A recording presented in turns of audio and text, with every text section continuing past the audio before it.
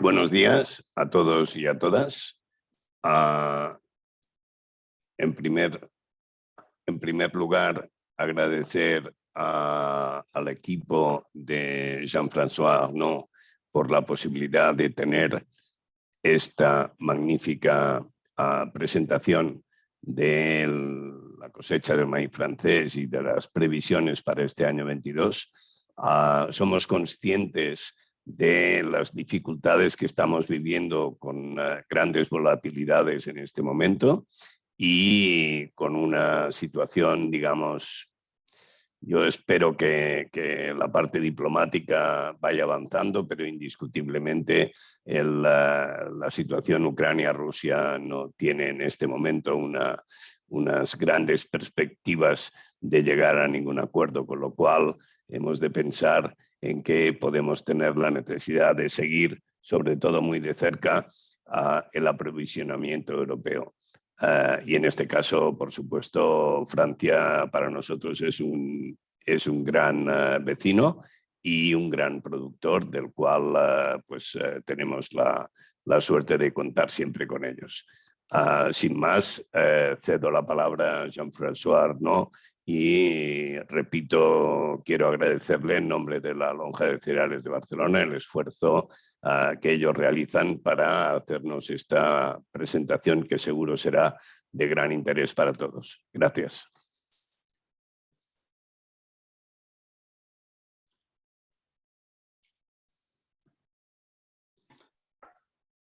Bonjour, merci José Luis Esteban de nous accueillir aujourd'hui pour cette présentation de la récolte de maïs, récolte 2021 et un peu de perspective pour 2022. Juste vous rappeler qu'en préambule, vous avez peut-être vu que sur la page d'accueil, c'est Intercéréales aujourd'hui qui vous accueille. Vous expliquer un petit peu les modifications qui ont été faites à ce jour. C'est la même chose. L'année dernière, on était sous l'étiquette France Export Céréales. Aujourd'hui, nous sommes sous l'étiquette Intercéréales. C'est une interprofession. C'est un choix que nous avons fait pour gagner en efficacité, pour prendre en compte toutes les problématiques de toute la filière et ne pas se concentrer que sur les problématiques de production et directement des clients, mais aussi de prendre les problématiques filières. Ça peut être la logistique, mais en tout cas, la logique, c'est bien de répondre à nos clients, que vous êtes, vous et les autres, et prendre en compte les attentes clients aujourd'hui, donc ce qui est quand même un changement. Vous dire aujourd'hui aussi que parmi les personnes qui sont présentes, notre directeur actuel, François Gattel, va prochainement faire valoir ses droits à la retraite. Et aujourd'hui, nous avons parmi nous la personne qui va lui succéder, qui s'appelle Anne-Laure Pommier. Alors, c'est quelqu'un qui connaît très bien le marché du grain, puisqu'elle était dans ce domaine-là et auparavant. Et puis, elle a suivi pendant très longtemps les activités aussi de promotion des séminaires que nous pouvions faire auprès de nos différents clients, que ce soit en Union européenne ou les pays tiers. Voilà, donc juste pour cette présentation de personnes, pour vous dire que l'évolution, on garde les mêmes personnes aujourd'hui dans Intercéréales et nous sommes ravis de pouvoir vous présenter aujourd'hui Anne-Laure. Alors, vous l'avez vu, José Luis vient de vous présenter un petit peu un contexte, certes, qui est très difficile aujourd'hui et qui peut effectivement se tendre. Vous avez ce contexte géopolitique qui est effectivement peut être une inquiétude pour les clients en termes de marché du grain, parce que ça reste quand même une zone d'approvisionnement qui est importante. Donc effectivement, c'est un sujet qu'il faut que l'on regarde de près, parce que ça peut avoir des impacts significatifs. Et puis, vous le savez aussi, hein, le marché a subi une volatilité qui était importante, des prix qui sont élevés. On a une demande qui est très dynamique aujourd'hui.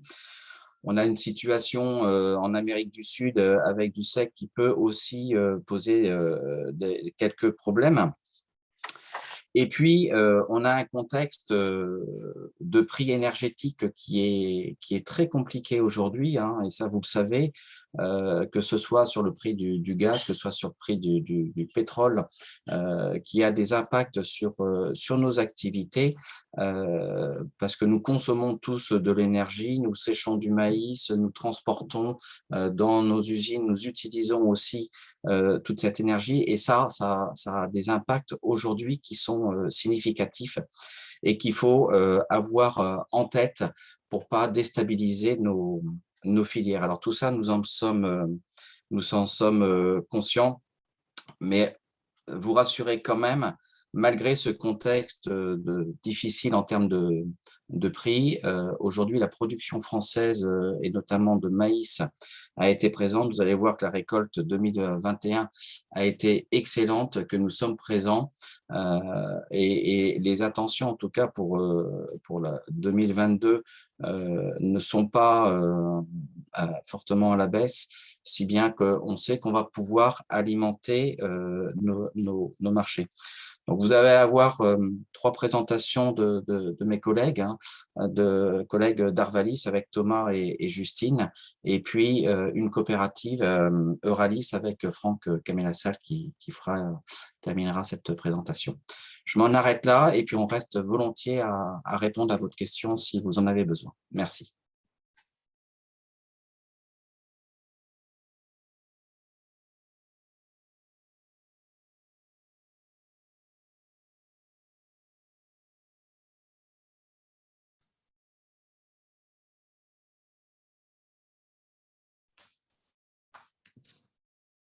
Bonjour à tous, donc Thomas Joly, je me présente, donc je suis responsable de la filière maïs pour l'Institut technique Arvalis. Alors, je vais essayer de partager avec vous mon écran.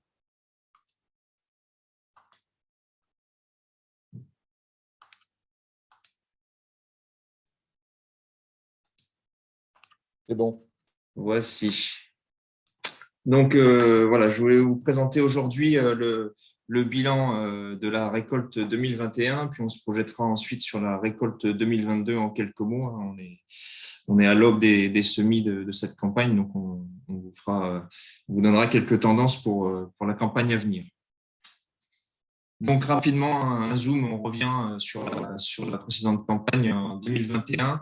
Donc l'idée, je pensais vous remontrer quelques éléments on va dire, météo pour partager avec vous les conséquences à la fois sur les aspects quantitatifs et qualitatifs.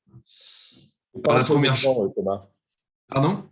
Tu n'es pas en plein écran, on voit 2 écrans à la fois là. Ah, je vais. Comme ça, c'est mieux ? C'est parfait. C'est bon. Donc, excusez-moi. Donc, normalement, vous avez une meilleure visibilité. Donc, si on revient sur les aspects météo, en fait, c'est des choses qui ont guidé fortement la campagne 2021 et qui, on le verra, on va décortiquer tout ça, mais d'avoir les incidences à la fois sur les aspects quantité et qualité.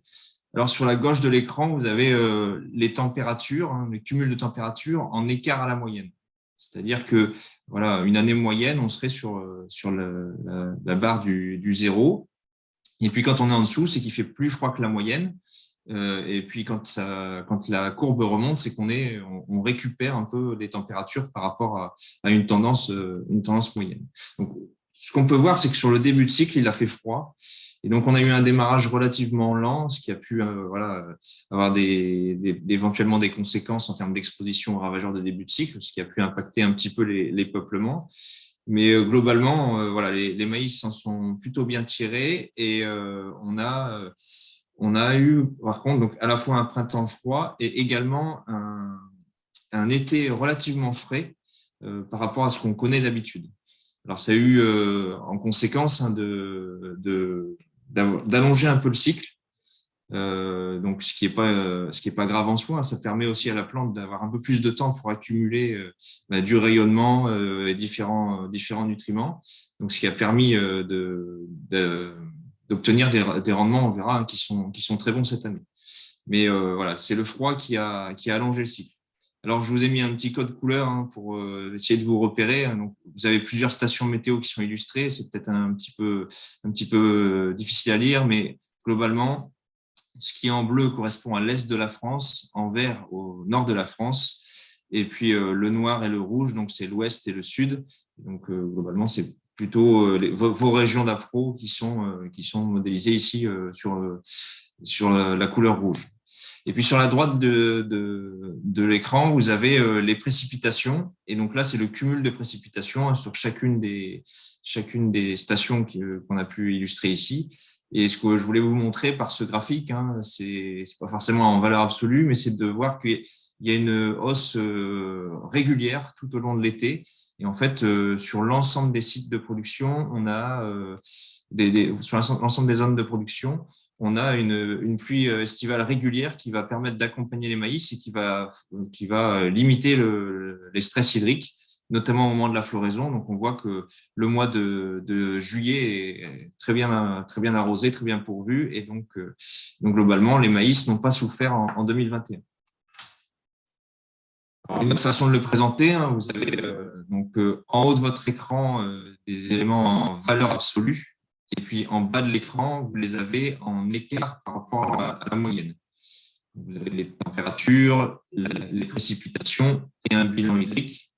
Donc, vous voyez, globalement, on est relativement homogène sur l'ensemble de la France, c'est-à-dire avec des températures qui sont un peu plus fraîches que la normale, des précipitations bien plus élevées que la normale, et au final, un bilan hydrique qui est relativement satisfaisant. Donc, la carte en haut à droite, hein, globalement, quand on la présente, elle est souvent beaucoup plus rouge que ça. Et la caractéristique de 2021, c'est effectivement qu'on a eu des pluies qui ont permis de compenser l'évapotranspiration, donc c'est-à-dire l'eau consommée par les plantes pendant la période estivale. Donc, globalement, peu de stress pour les maïs. Et donc, ce qui a permis d'avoir des niveaux de production qui sont vraiment très intéressants, notamment en maïs pluvial, parce qu'on n'a pas de compensation comme on peut l'avoir en système irrigué. Alors, la conséquence du froid, hein, vous l'avez ici, vous avez sur le graphique les dynamiques de semis, de levée, de floraison ou de récolte. Donc, en rouge, vous avez la campagne 2021. Et donc, effectivement, comme il a fait froid, vous voyez qu'on a semé, mais on a mis un peu plus de temps entre le semis et la levée. On a mis un peu plus de temps entre la levée et la floraison. C'est-à-dire que le cycle s'est allongé.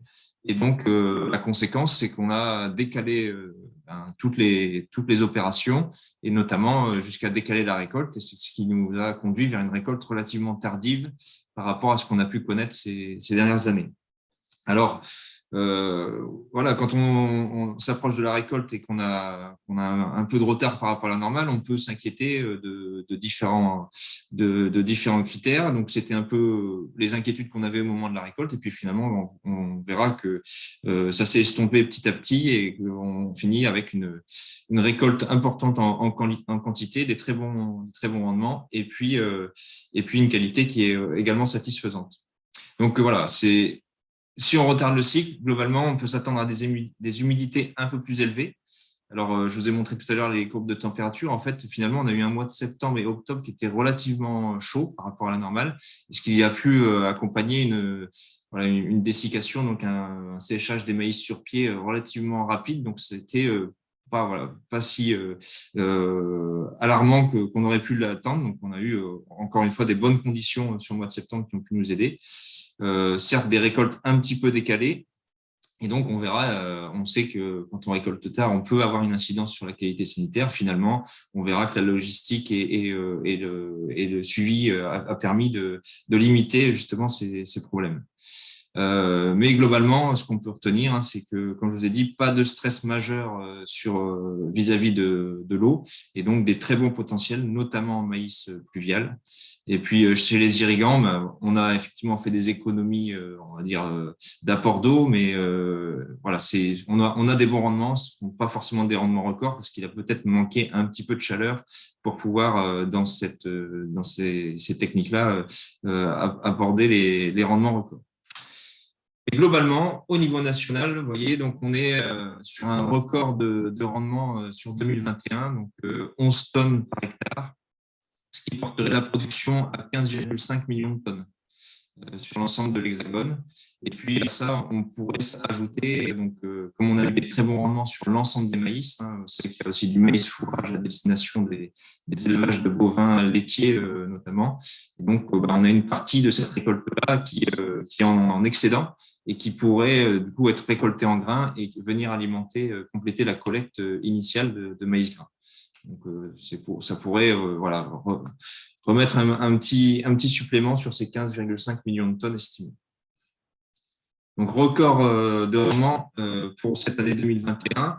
Et puis, la disponibilité régionale. Donc, je vous ai mis sur la carte de gauche la disponibilité par rapport à la moyenne des 5 dernières années, donc en volume de ce qui est disponible. Vous voyez que globalement, tout est vert sur l'ensemble de la France.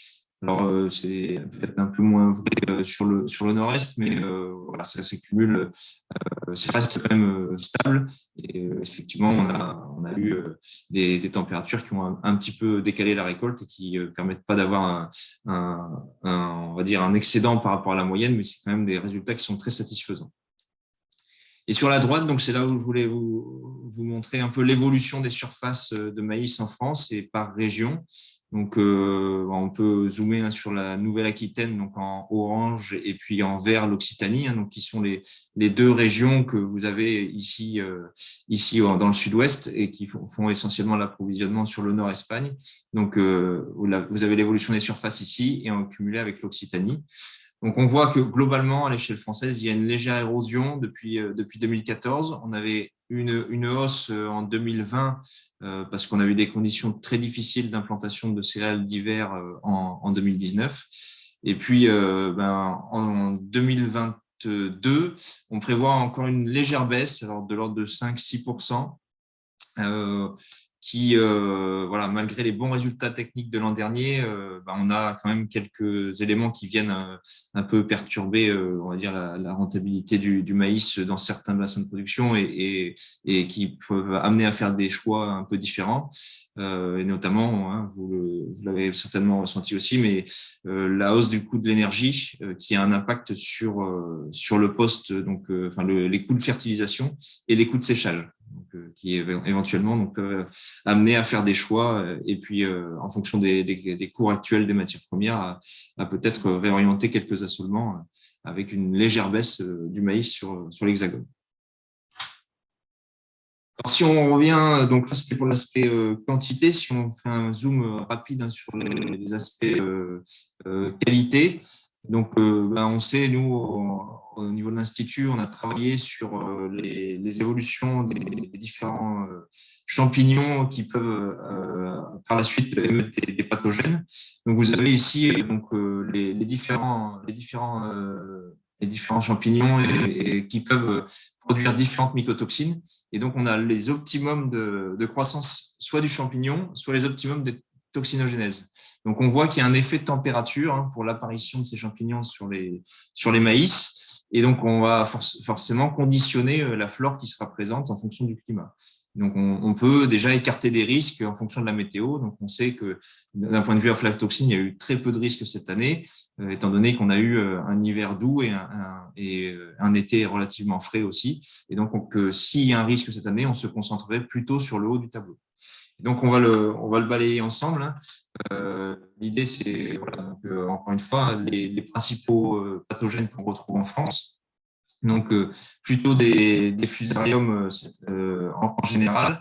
Donc, c'est des choses qu'on a potentiellement pu retrouver cette année. On verra justement l'impact sur la collecte, mais effectivement, il y avait des conditions plutôt favorables à l'expression de ces champignons, ce qu'on retrouve régulièrement en France. Par contre, côté aflatoxine, effectivement, ce n'était pas du tout les conditions de l'année, donc on peut écarter ce risque.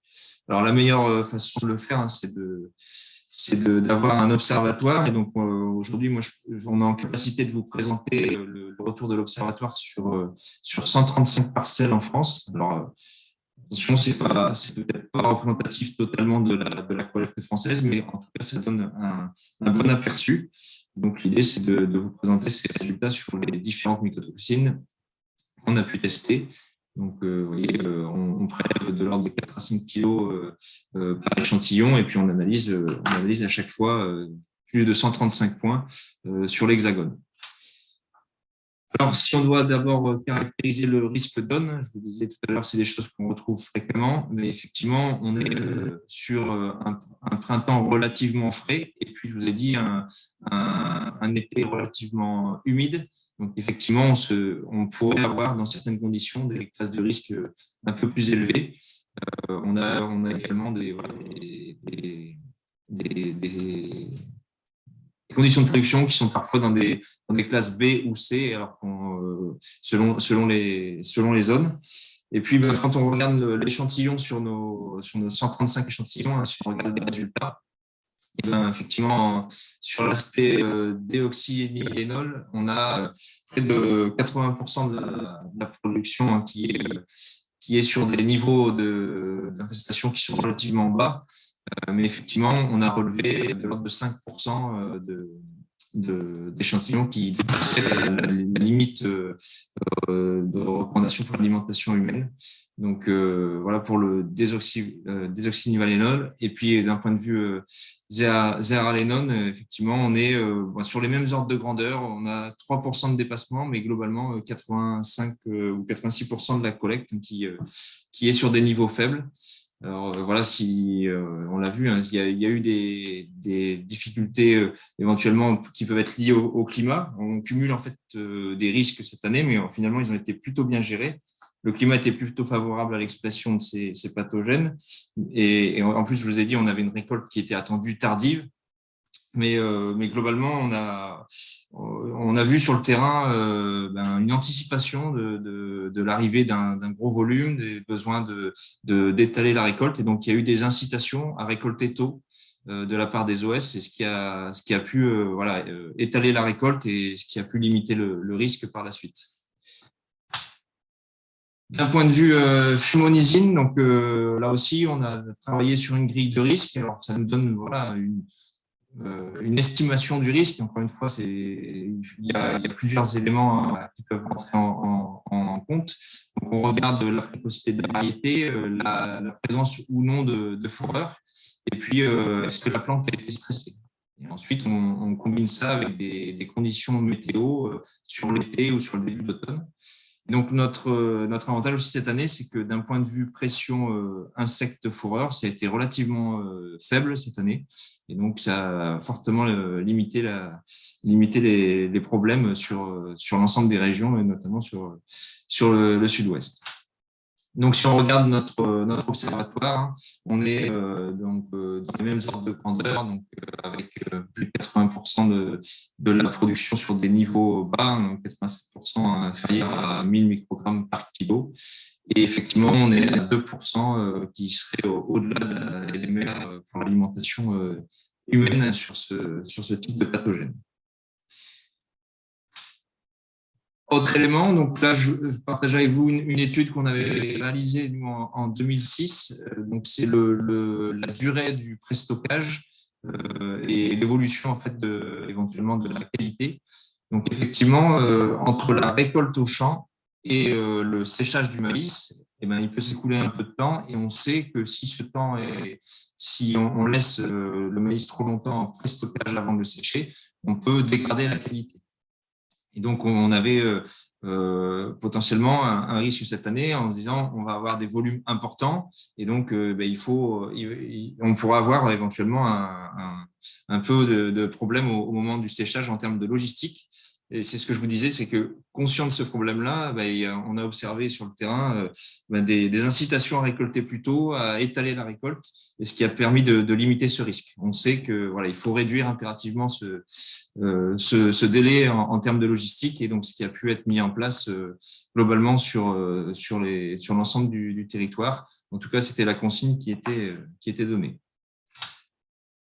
Et puis, autre élément, les toxines P2, HT2, pas de problème, mais comme on les a dans l'observatoire aussi, on va profiter pour vous les montrer. Donc, on a quasiment l'intégralité de la récolte qui est sur des niveaux très bas, donc 98% en dessous de 50 microgrammes par kilo.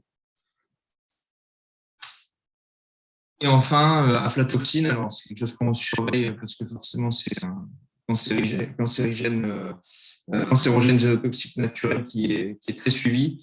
Il y a deux types de champignons qui peuvent être à l'origine de la présence d'aflatoxine, Aspergillus flavus ou Aspergillus parasiticus. Mais ce que je vous ai dit, donc c'est quelque chose qui se développe quand il fait relativement chaud pour le champignon, et ensuite on va dire l'aspect l'apparition d'aflatoxine, elle est un peu indépendante des niveaux de température. Elle se fait quand le grain arrive en dessous de 32% d'humidité.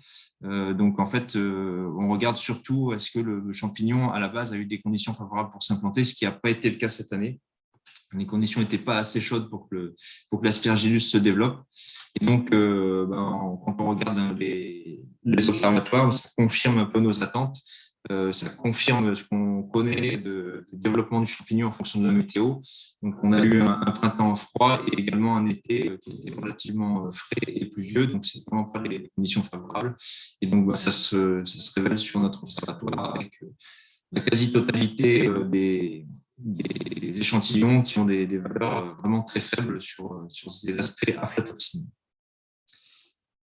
Voilà globalement ce que je pouvais vous dire sur les aspects quantitatifs, qualitatifs de la récolte 2021 et puis 2022, on a une légère baisse attendue, mais ce qui ne devrait pas compromettre justement la collecte qui serait probablement dans les ordres de grandeur comparables à ce qu'on a pu connaître ces dernières années. Voilà, merci à tous.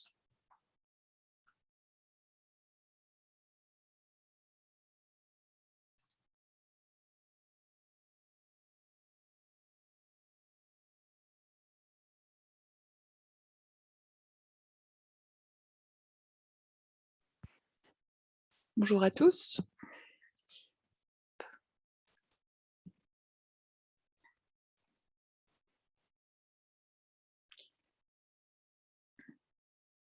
Je ne peux pas partager mon écran. Non, c'est bon. Merci. Donc, je vais vous présenter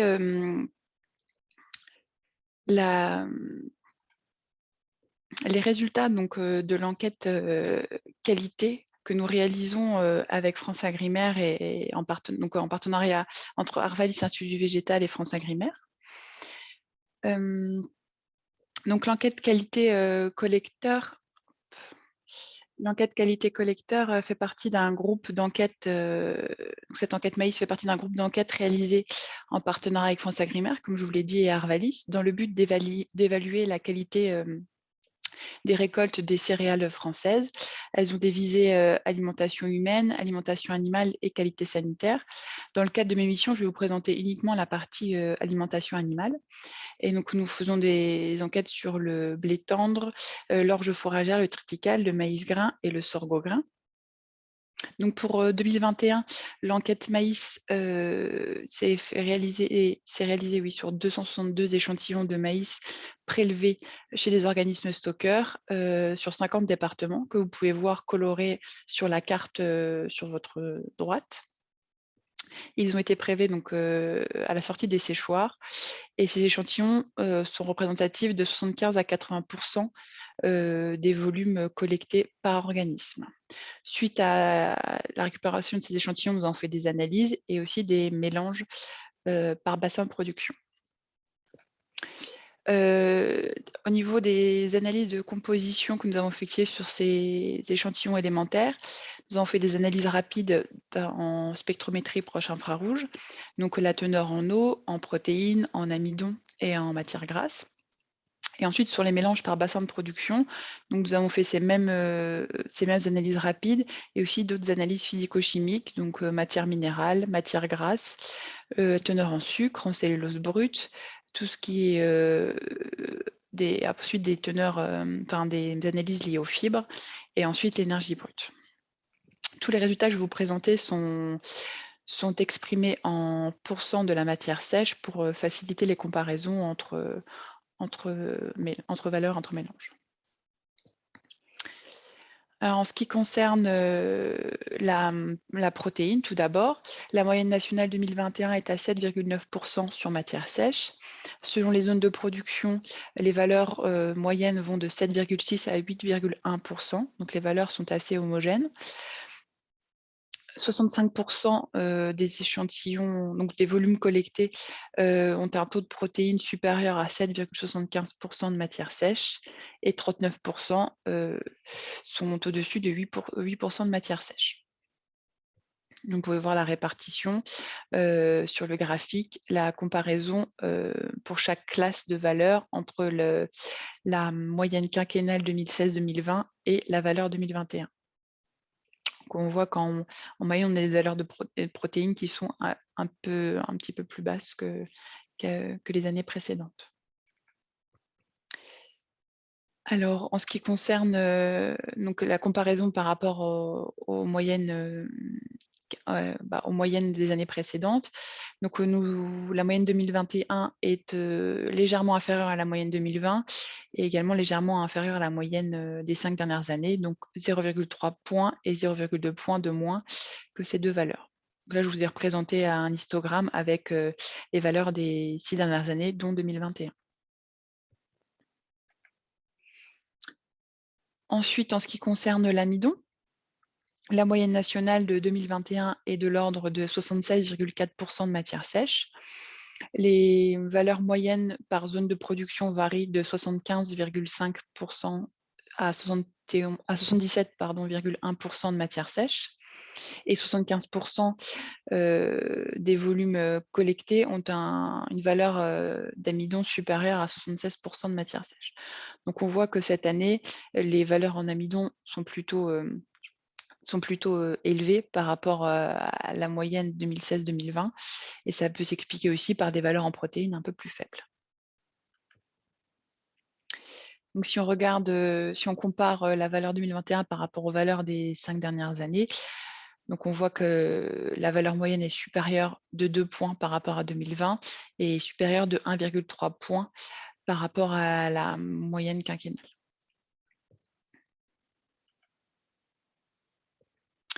Ensuite, si on se concentre sur les résultats obtenus sur la matière grasse, on voit que la moyenne nationale avec pondération par les volumes collectés est de l'ordre de 3,9% sur matière sèche et les valeurs moyennes par bassin de production varient de 3,7 à 4% de matière sèche, donc voilà, des valeurs quand même tout à fait homogènes entre bassins de production et des valeurs assez similaires à ce qu'on peut trouver au niveau de la répartition par rapport aux années précédentes. Au niveau de la comparaison par rapport aux années précédentes, on est à une valeur en 2021 très proche de la valeur de 2020 et très proche de la moyenne 2016-2020. Ouais, il y a quand même, ce critère varie assez peu d'une année à l'autre.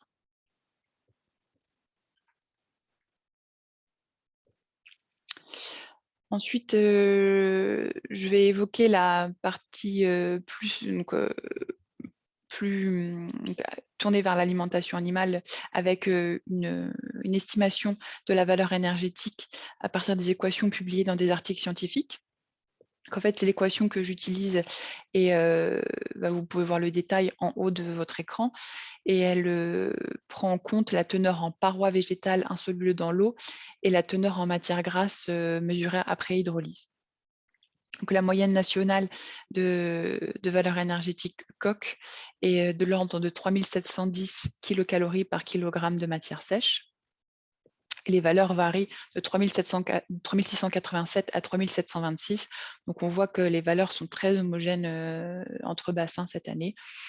Et si on compare aux années précédentes, on voit que la valeur est quand même proche des années précédentes. Il y avait juste en 2018 que la valeur était un peu supérieure. Donc, on est proche de la moyenne quinquennale avec juste 19 kilocalories de moins que la moyenne quinquennale et une valeur très similaire à 2020. Donc, rien à signaler sur ce critère. Ensuite, je vous ai présenté les valeurs obtenues sur les mélanges par bassin de production qui pourraient vous intéresser un petit peu plus, donc le bassin Aquitaine et le bassin Occitanie. Donc voilà, vous pourrez regarder les résultats en détail dans le diapositive qui vous sera envoyé.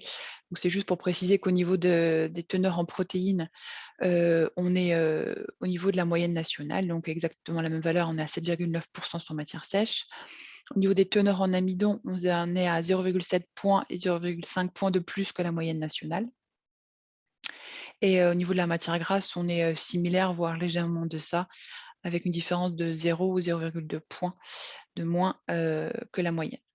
Et la valeur énergétique COC calculée, donc la dernière ligne du tableau, est similaire est similaire à la moyenne nationale pour l'Occitanie, légèrement supérieure pour l'Aquitaine. Et donc, la valeur aquitaine est plus proche de la moyenne quinquennale.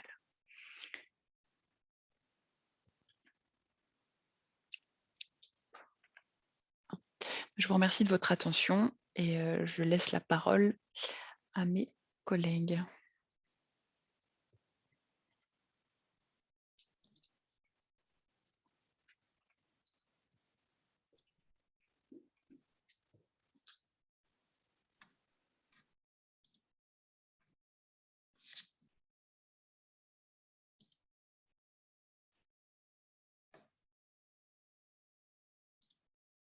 Bonjour à tous et à toutes. Donc, je fais les manipulations nécessaires à la partage de l'écran. Voilà, merci.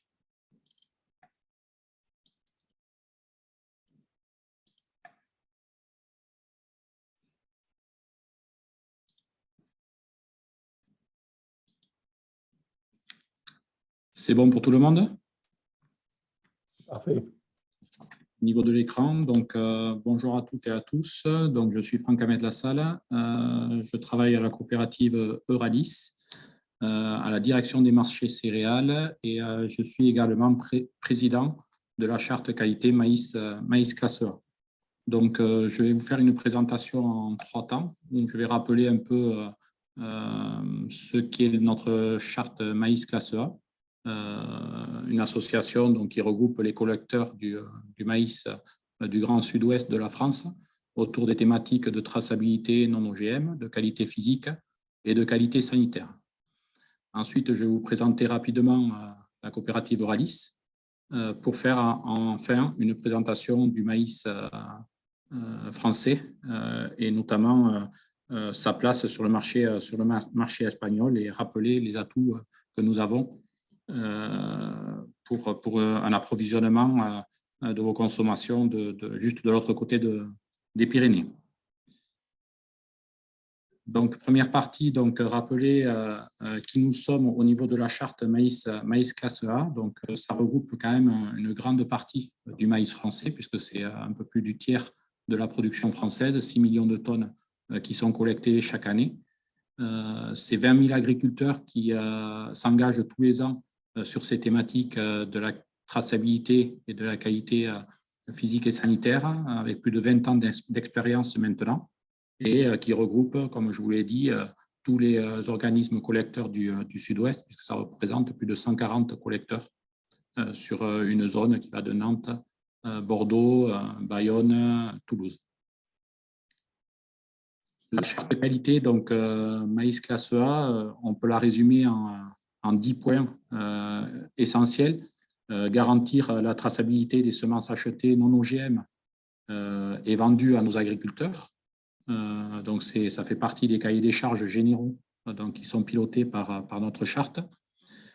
Chaque membre donc, dispose de procédures de gestion des lots collectés, met en place des contrôles qualité sur la qualité physique en réception, dans l'objectif de maîtriser le taux de grains cassés qui vous sera livré à vous qui êtes consommateur. Thomas l'a dit aussi, donc on travaille dans le cadre de la charte de façon à limiter la durée de préstockage. On a vu que c'était un élément important de la maîtrise de la contamination ensuite des taux des mycotoxines. On travaille bien sûr dans des partenariats pour auditer et pour contrôler les sous-traitants de nos activités de collecte, et notamment tout le travail que l'on fait avec les agriculteurs qui sont équipés de séchage et de stockage. On les informe bien sûr sur les bonnes pratiques de récolte et de séchage pour qu'ils soient en maîtrise de la qualité technologique des maïs classe A que nous mettrons ensuite sur le marché.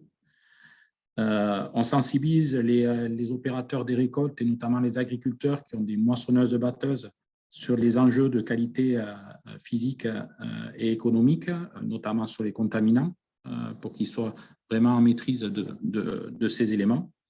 Et ensuite, dans nos organisations de collecte, on travaille également sur des démarches qualité de type HACCP, de façon à assurer des plans de contrôle efficaces sur la qualité, notamment sanitaire, de nos productions. Et ensuite, donc, on collabore notamment avec Arvalis au plan de contrôle qualité. Je vais y revenir par rapport à ce qui a été présenté avec Thomas. Et enfin, tous les ans, on forme nos membres sur ces thématiques de qualité physique et sanitaire. Donc, Thomas l'a présenté. Donc, en collaboration avec Arvalis, nous participons à l'observatoire qui a été présenté par Thomas, puisque sur les 130 parcelles qui sont suivies tous les ans, il y en a 85 qui sont issues de la zone de la charte qualité maïs classe A. Et donc, vous voyez ici les résultats qui ont été largement commentés par Thomas, à la fois sur la DON, la zéaralénone, la fulmonisine et la flatoxine, où en fonction des années, on voit qu'on est plus ou moins en maîtrise, mais sur cette campagne 2021, les résultats, on peut les qualifier de tout à fait satisfaisants. Donc, la charte, je vous en ai parlé rapidement, hein, elle s'inscrit dans le sud-ouest, dans le grand sud-ouest de la France. Et pour vous qui êtes effectivement de l'autre côté des Pyrénées, vous êtes bien sûr très concerné par la partie sud de la production de la charte, mais qui, elle aussi, agit sur des débouchés structurels comme le Royaume-Uni et l'Irlande, et sur le nord de l'Europe, qui sont aussi des pays consommateurs, l'Allemagne, les Pays-Bas, la Belgique notamment. Donc, la charte maïs classe A, hein, pour bien résumer quel est son rôle ici de traçabilité tout au long de la production de maïs non OGM. Elle s'engage tous les ans, bien sûr, à respecter la réglementation de l'Union européenne, la réglementation française, garantir la traçabilité des maïs non OGM et assurer la qualité physique et sanitaire de nos maïs. Donc, tous les ans, on œuvre en ce sens, on forme nos membres sur ces thématiques de façon à pouvoir proposer des maïs à haute teneur en qualité physique et en qualité sanitaire qui vous sont proposés sur le marché. Pour parler plus précisément d'Euralis, de la coopérative pour laquelle je travaille, donc je vous ai dit dans la direction des marchés céréales, je vais passer rapidement. Donc, c'est une coopérative un petit peu classique que nous avons en France, avec plusieurs activités, une activité agricole, une activité food autour du foie gras et du canard, hein, principalement. Et la particularité d'Euralis, c'est aussi d'avoir une activité de semences, de production de semences, donc avec Euralis Semences et notamment dernièrement, puisque le 1er septembre, nous nous sommes alliés avec Ossa de Semences pour créer une nouvelle marque qui s'appelle l'IDEA, qui est bien présente en Espagne et qui travaille donc les semences de maïs, mais aussi de tournesol, de colza et maintenant de blé grâce à notre alliance avec l'IDEA. Donc, c'est 5 000 employés, plus d'1,4 milliard de chiffre d'affaires tous les ans. Donc, dans l'activité agricole, on est un acteur majeur européen sur la production de maïs, ce dont nous allons parler plus dans les détails, puisqu'au niveau collecte, on fait à peu près 800 000 tonnes de maïs, je vais y revenir, mais on fait à peu près, on trade environ 1,2 million de tonnes tous les ans, donc principalement en maïs. Donc, notre activité, elle est concentrée sur le sud-ouest de la France. Je vous l'ai dit, donc avec l'activité qui est internationale sur les parties semences et sur les parties food division. Sur la partie collecte, on reste sur un grand triangle du sud-ouest de la France entre Bordeaux, Toulouse, qui est matérialisé ici, et Bayonne. Donc, toute notre partie collecte se situe sur cette zone. Et donc, lorsque vous achetez du maïs Euralis, mais vous achetez du maïs sur nos silos qui sont ici dans cette zone. Donc, et plus particulièrement sur le million de tonnes de collecte que nous avons, 80%, donc environ 800 000 tonnes de maïs. Donc, ce maïs, tous les ans, nous avons à le collecter, bien entendu, suivant les procédures que j'ai détaillées au niveau de la charte maïs CASEA. Et ensuite, donc, on a à le vendre à 3 destinations, je dirais, un tiers localement sur le marché français, avec un débouché principalement donc, sur les fabricants d'aliments du bétail, mais aussi sur notre usine de bioéthanol, anciennement à Bengoa, qui se situe ici, donc qui s'appelle maintenant Vertex, dans le sud-ouest, et qui consomme tous les ans 500 000 tonnes de maïs. Nous avons un tiers de notre maïs qui part à l'exportation, donc via les ports de Bayonne et de Bordeaux, donc à des fins de production de whisky sur le Royaume-Uni et de l'Irlande. C'est à peu près 100 à 150 000 tonnes chaque année qui sont exportées à destination de ces pays. Et également un gros débouché, donc Allemagne et Hollande, pour l'amidonnerie, et notamment sur les maïs spéciaux de type Waxy. Concernant l'Espagne, la proximité joue toujours, mais on est de plus en plus sur des marchés de spécialité qui achètent du maïs non OGM, donc à destination de l'amidonnerie du nord de l'Espagne, mais aussi de la maïserie. Donc, vous voyez, c'est un tiers des débouchés de Rallis qui partent sur le marché espagnol. Donc, au cours de l'année dernière, lors du précédent séminaire, j'avais abordé ce slide en disant que notre société évoluait dans ses demandes et dans ses attentes. La volonté de Rallis, c'est d'être un réel acteur de cette mutation qui nous demande bien sûr toujours moins de pesticides, toujours plus de qualité, toujours sans OGM dans les productions que nous mettons en place et que nous mettons sur le marché. On voit aussi que la réglementation, elle évolue. La réglementation sur les mycotoxines pour plus de sécurité alimentaire, mais la réglementation aussi au niveau des productions. La PAC 2023 va provoquer aussi des changements d'assolement chez les agriculteurs entre les productions de maïs, les productions de blé, de tournesol, de soja, qui se développent beaucoup dans le sud-ouest de la France. En tout état de cause, donc, on a une agriculture française et une agriculture européenne qui est en mutation autour de ces thématiques de l'énergie, de la responsabilité écologique et de la durabilité en général. Et la volonté de Rallis, c'est d'être vraiment un acteur de cette transition sur nos marchés. Donc, on est toujours dans le cadre tel qu'il a été décrit sur la charte maïs classe A, le respect de la réglementation française, le respect de la traçabilité de nos maïs non OGM et la qualité physique et la qualité sanitaire. Et en plus, bien sûr, on travaille beaucoup des débouchés en maïs spéciaux de type amidonnerie, Waxy, sur des maïs cornés en variété donc identifiées. On peut réaliser pour vos filières donc, des mises en place de variétés identifiées qu'on collecte à part, qu'on sèche suivant une procédure particulière pour vous assurer une livraison en full traçabilité de ces maïs. Au-delà de la traçabilité d'un produit, on travaille aussi, bien sûr, des filières bas carbone et des filières d'agriculture durable et régénératrice aussi, bien sûr, au travers de différents référentiels que vous connaissez certainement, type SAI, niveau Silver, ou alors également sur des référentiels de conservation des sols. Donc ça, c'est quelque chose d'important qu'il faut intégrer dans vos sourcings futurs. L'agriculture française évolue vers ses spécialités et saura vous accompagner par rapport à vos besoins si nécessaire.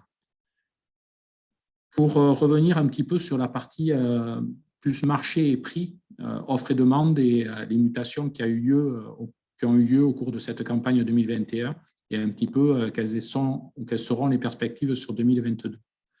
Donc, rappelez bien sûr la place de la France sur la production européenne. Vous voyez qu'on a la surface agricole grande culture la plus importante au niveau européen. L'Europe reste un gros pays de production de blé et exportateur en blé.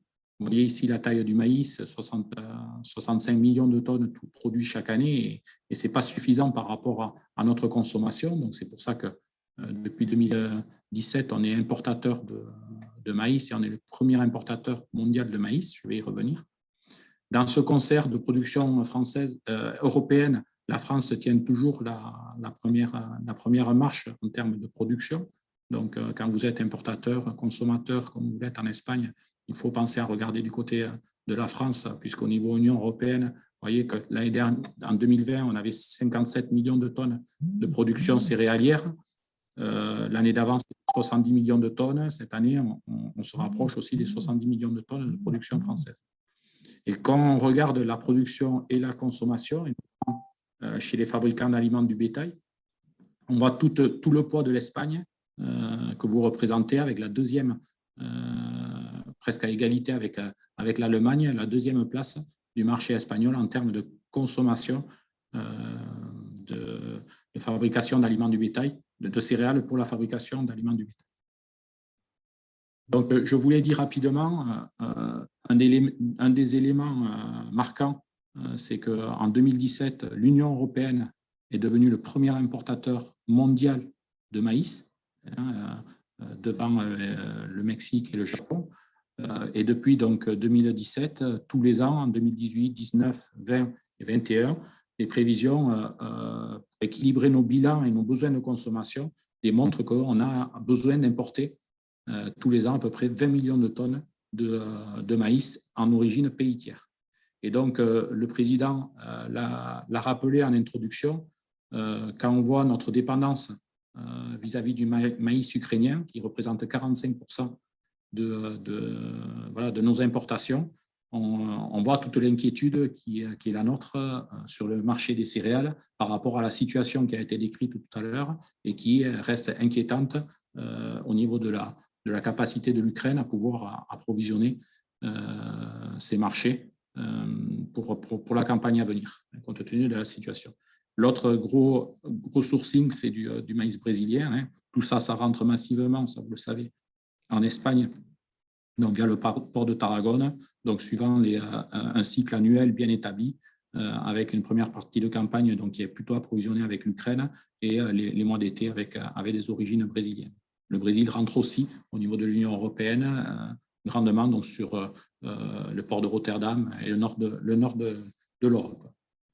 Donc, quand on est producteur de maïs français, nos concurrents, ce n'est pas le maïs espagnol ou le maïs allemand, ça reste donc notre compétitivité par rapport à ces maïs d'importation. Et donc, on est directement connecté sur le marché mondial en regardant ce qui se passe du côté de l'Ukraine et du Brésil. Donc, la collecte française 2020, ce n'était pas bon du tout, avec une production de 13,6 millions de tonnes.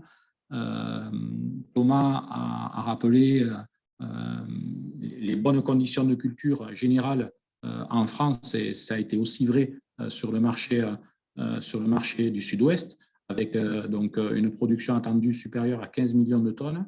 On voit que, je l'ai dit rapidement tout à l'heure, on est exportateur structurel au niveau français de maïs, avec 5,5 millions de tonnes attendues cette année, contre 4,5 millions de tonnes donc, sur la petite récolte de 2020.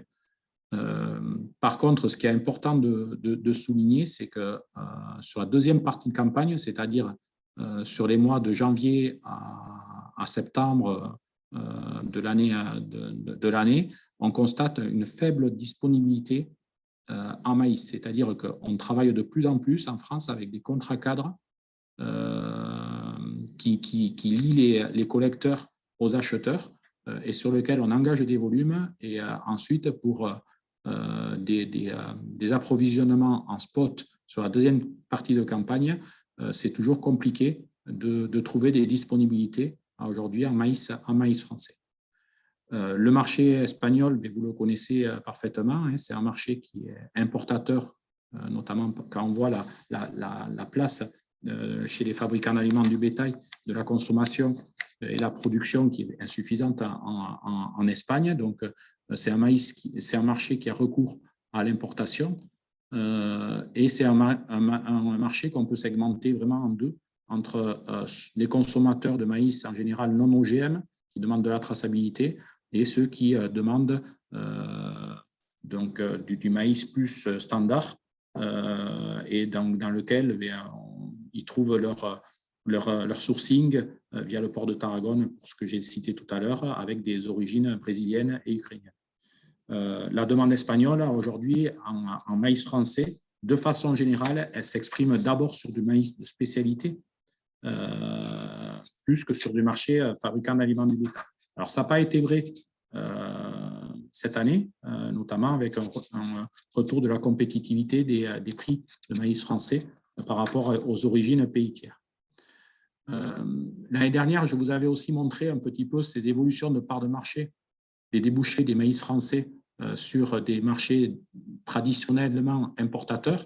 Ici, vous avez le Royaume-Uni, les Pays-Bas et l'Espagne, et vous avez ici la part des maïs français en termes de part de marché sur chacun de ces maïs.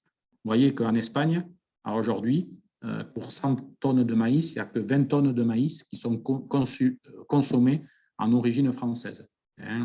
Vous avez ici l'augmentation de la consommation, la part du maïs français ici qui est relativement stable autour de un peu plus d'1 million de tonnes, et donc la part qui diminue en gros à 20% par rapport aux besoins d'importation et de consommation que vous avez sur votre marché espagnol. Donc, je vous ai dit, le maïs français, il y a un tiers qui part à l'exportation. Vous avez ici toutes les autres consommations de notre production. Et donc, sur la part du maïs, l'Espagne est le premier importateur européen de maïs français, avec un peu plus de 1,3 million de tonnes, comme je vous ai présenté précédemment. Les autres consommateurs sont les Pays-Bas, la Belgique, et après vient l'Allemagne. Pour parler un peu plus du marché, mais vous le connaissez, notre marché de référence, c'est un marché électronique, c'est l'Euronext, voilà, qui après peut s'exprimer en base juillet. De façon générale, pour bien expliquer comment fonctionne par rapport à Euronext le marché du Sud-Ouest, on a une zone de référence qui est la zone R sur Adour, sur laquelle il y a plusieurs silos de grandes coopératives, Euralis, Maïs-Adour, Vivadour, et qui concerne les cotations et les prix de référence. Et normalement, ce qu'on observe depuis une dizaine d'années, c'est que par rapport au marché de référence Euronext, les prix départ R sur Adour se situent entre -2 et +2 par rapport à Euronext. On va voir que cette année et l'année dernière, les choses ont été un petit peu bouleversées par rapport au mécanisme d'offre et de la demande. Le maïs français et le maïs sud-ouest, il y a son débouché local, de façon générale, comme on l'a exprimé chez Euralis, avec le débouché éthanol et le débouché fabricant d'aliments du bétail. Il y a la partie exportation qui occupe environ 30% des débouchés de maïs sud-ouest et les exportations espagnoles qui représentent 25% de la collecte de marché du sud-ouest. Ça a été dit par Thomas. Je crois que c'est une donnée qui est très importante. De façon structurelle, on observe que la surface de maïs, tous les ans, baisse de 2%. Et ce depuis une dizaine d'années. Donc, elle baisse au profit, notamment dans le sud-ouest, des productions de semences, des productions de légumes et donc de toute autre production un peu spécifique. Et c'est quelque chose de très important pour vous qui êtes consommateur, parce que quelque part, ça diminue l'offre de maïs français de façon structurelle. Et comme je vous l'ai dit, on est sur une tendance de 2% de baisse tous les ans. Donc, sur cette campagne 2021-2022, le maïs français a été compétitif, notamment par rapport aux origines de la mer Noire, c'est-à-dire sur du maïs ukrainien qui traverse la Méditerranée, qui arrive à Tarragone et après qui doit arriver chez vous qui êtes consommateur. Et donc, le maïs français, ça calculait et était plus compétitif par rapport aux origines de maïs ukrainien. Donc, il y a eu de la demande supplémentaire qui s'est exprimée au départ de nos silos pour ce maïs français. Il était aussi compétitif par rapport au blé, qui était 35 € plus cher en moyenne donc, sur cette campagne. Et par contre, la conséquence de cette demande qui s'est accrue sur le marché maïs français en venant d'Espagne, mais aussi d'autres origines de l'Union européenne, Royaume-Uni et Néderlande, c'est une hausse forte de la prime par rapport à Euronext. Et donc, l'Euronext a monté, et en plus, quand vous vouliez acheter du maïs français, il fallait payer une prime qui, je vous l'ai dit tout à l'heure, était plutôt entre moins 2 et 2 € tonnes par rapport à Euronext, et qui cette année s'est traité à plus de 18 € tonne.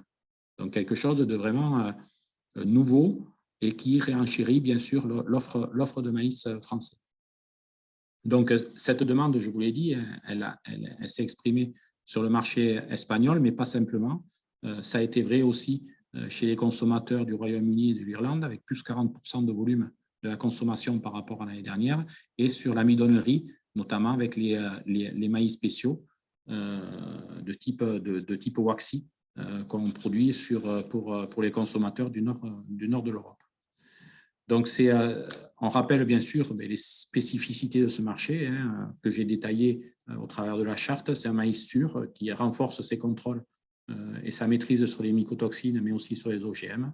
Et c'est un marché qui est sûr au niveau des approvisionnements. Quand on a les camions, ça c'est quelque chose que vous vivez au quotidien sur votre marché espagnol, mais aussi qui est vrai sur le marché français et sur le marché européen. Quand on a des camions, on sait que nous, quand vous avez un contrat avec une compagnie française collecteur de maïs, le contrat est assuré et reste tout à fait sûr. Donc ça, c'est la photographie de la fin de récolte 2021-2022. Ce qu'on peut dire sur la récolte 2022-2023, qui n'est pas encore semée, puisque les semis vont intervenir au mois d'avril 2022, et pour du maïs qui sera collecté cet automne à partir du mois de septembre jusqu'au mois de novembre, c'est qu'on a déjà beaucoup avancé sur des contrats cadres avec les distilleurs, avec les amidonniers, notamment maïs Waxy, comme je l'ai dit. Et juste pour vous donner un exemple, Euralis aujourd'hui a déjà vendu, alors pas forcément pricé, mais a déjà vendu 60% des maïs qu'on prévoit de collecter sur la récolte 2022. Et ça, c'est quelque chose de vrai un petit peu chez tous les opérateurs du Sud-Ouest qui travaillent de plus en plus en amont avec les consommateurs de façon à pouvoir être d'accord sur les cahiers des charges et sur les spécifications qualité de traçabilité qui peut être exprimée par les consommateurs et qui fait que la prime à aujourd'hui reste haute par rapport à du maïs français, et par rapport au marché de référence Euronext pour la récolte 2022. Donc, les perspectives, c'est que le maïs est rare et qu'il a une prime donc, haute, notamment sur ces volets de qualité, mais aussi de plus en plus de durabilité. Donc, les atouts qu'on peut résumer ici dans cette dernière diapositive, c'est en maïs français donc, la traçabilité des maïs non OGM, la qualité physique, la qualité sanitaire, donc, qui est gérée par chacun des opérateurs sous le signe de la charte maïs classe A, dans laquelle on collabore étroitement avec les ingénieurs d'Arvalis, Thomas, entre autres, et ses équipes. On travaille de plus en plus des dossiers RSE, durabilité. On travaille bien sûr aussi la partie carbone qui est de plus en plus exprimée par les consommateurs et qui fait que la proximité de production de la France du lieu de consommation constitue un atout. C'est également donc, la sécurité et la régularité des approvisionnements et surtout, comme je l'ai dit, la possibilité que vous avez de co-construire avec les collecteurs des cahiers des charges spécifiques qui peut aller du choix de la semence jusqu'à la production, jusqu'à la segmentation dans les silos et jusqu'à l'approvisionnement. Donc, on voit très bien que le marché est en train de changer. il change aussi en Espagne par rapport à des consommateurs qui incluent ces notions d'attente sociétale et environnementale et qui trouvent dans le maïs français une vraie solution. Et cette solution, elle est juste de l'autre côté des Pyrénées. Voilà ce que je peux dire. Merci pour votre attention. Je vais donner la parole en centrale pour certainement la prise de quelques questions.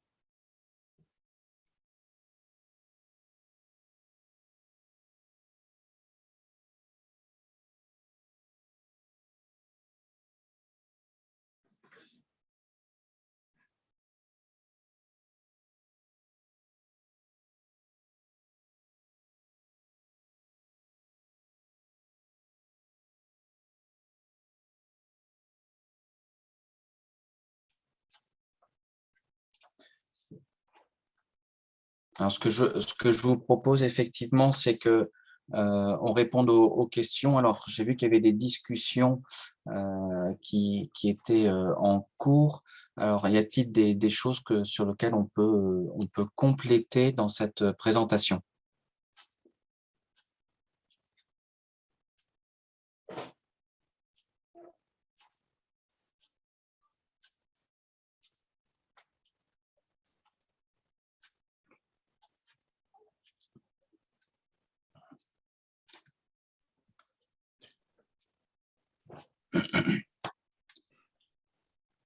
Peut-être que José-Luis peut nous commenter les discussions qu'il y a eu sur le chat, ¿no? Sí, de alguna manera tenemos varias preguntas o dudas que surgen después de la presentación y una de ellas hemos visto que han surgido problemas en la avicultura en Francia y alguna tendencia de rechazo contra el foie gras que tanto nos gusta, dicho sea de paso. ¿Puede ello tener una influencia o un impacto importante en el consumo interno francés? ¿O simplemente es una tendencia que bueno, aparece y luego se difumina?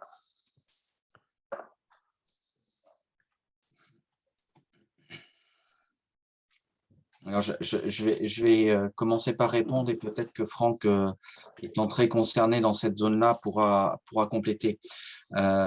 Effectivement, il y a un problème sanitaire, mais qui est fortement géré et très bien géré par les professionnels, si bien qu'aujourd'hui, l'impact qui va être plus chez les producteurs de volailles en France, mais l'impact sur le marché sera pas significatif aujourd'hui. Mais juste dire que c'est malheureusement des situations sanitaires qui ont déjà été connues par le passé, et l'expérience montre que quand on le travaille suffisamment tôt et qu'on prend les bonnes précautions, on limite très fortement les impacts. Et peut-être que Franck peut compléter sur ce sujet s'il le souhaite. Vous l'avez dit, Jean-François, hein, c'est malheureusement une habitude que l'on a à gérer ces épisodes qui sont annuels et saisonniers maintenant. Donc, la profession s'organise pour diminuer, bien sûr, les impacts. Néanmoins, il est évident que ça diminue la consommation de céréales et de maïs sur ces débouchés. Donc, ça rajoute un petit peu de disponibilité dans nos structures de collecte. Néanmoins, les volumes à aujourd'hui sont trop faibles pour espérer avoir pléthore de maïs à offrir dans les mois à venir.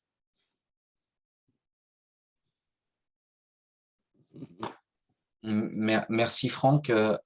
Y a-t-il d'autres? Tenemos otra pregunta. Hemos visto que ¿cómo verían el impacto en caso de que el conflicto Rusia-Ucrania se complique realmente y tengamos un episodio que, Dios no lo quiera, mucho más importante que el actual? ¿Cómo valorarían el impacto que podría tener tanto en el suministro y por supuesto, respecto a los precios?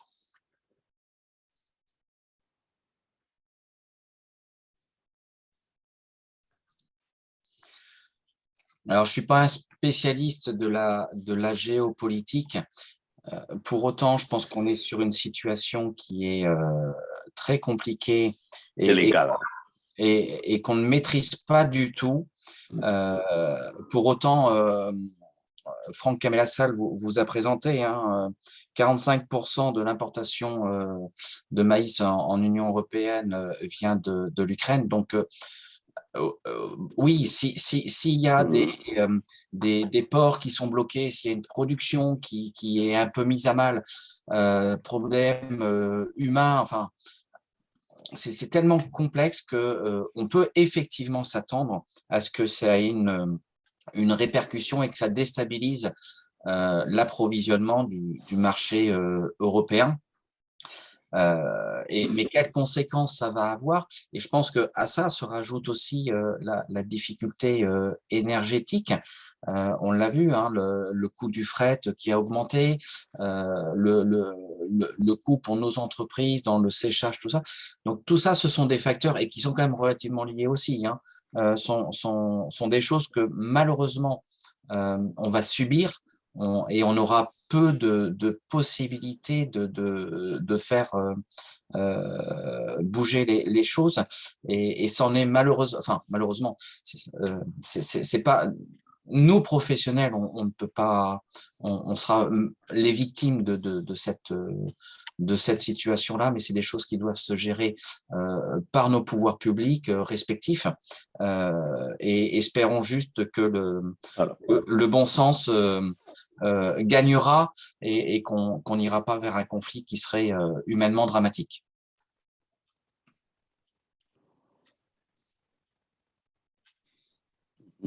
D'autres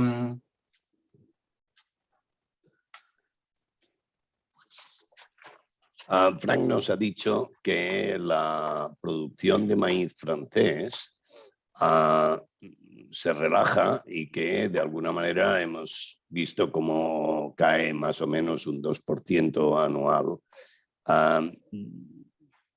Hemos hablado hace un rato y hacíamos la comparación más sobre el año 21 que sobre el actual 22 del diferencial entre maíz y trigo, que efectivamente era mucho más favorable de cara al maíz. Esto ha cambiado en las últimas semanas y de alguna manera nos estamos acercando a un spread mucho más racional entre maíz y trigo, teniendo en cuenta además que tenemos unos precios de proteína por el tema de la soja y por el tema tanto de la colza y del girasol, con una elevación de precios importante que hace que ese diferencial de trigo-maíz todavía se disminuya más. ¿Cómo vemos la relación maíz-trigo en este contexto actual?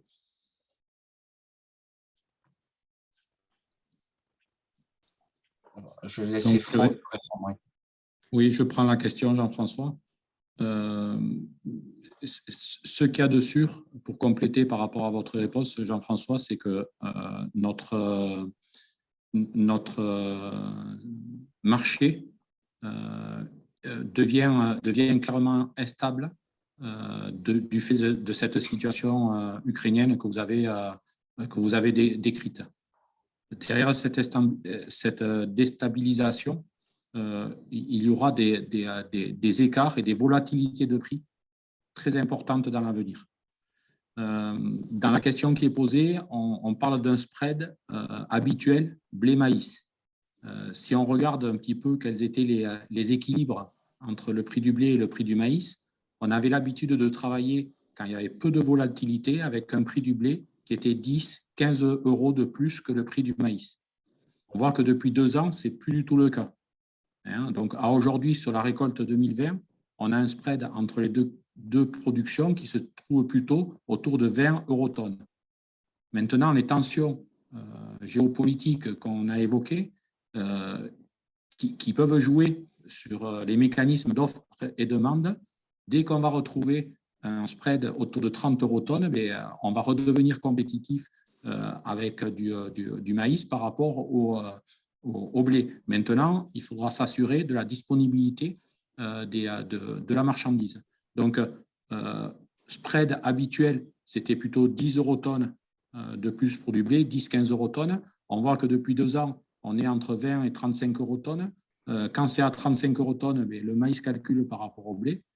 Quand c'est autour de 15-20 eurotonnes, le blé rentre dans les formulations, et ça, c'est vous qui savez faire vos calculs. À aujourd'hui, les perspectives pour l'année prochaine, si on regarde les cotations aujourd'hui, on est sur un Euronext maïs qui est plutôt autour de 230 euros tonnes pour de la nouvelle récolte, quand en blé, on est déjà à 250-255.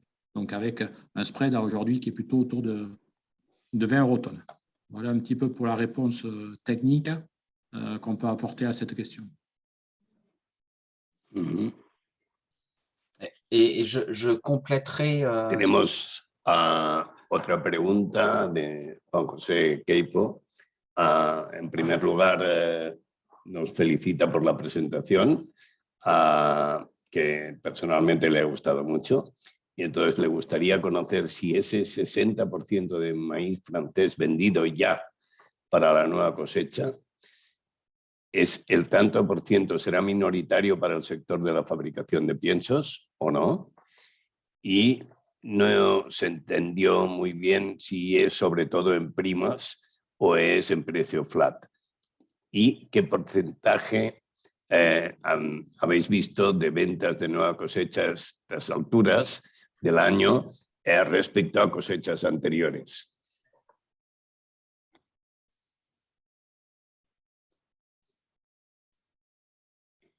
Alors, la question mérite effectivement, je suis passé un peu vite et je reprécise un petit peu les choses.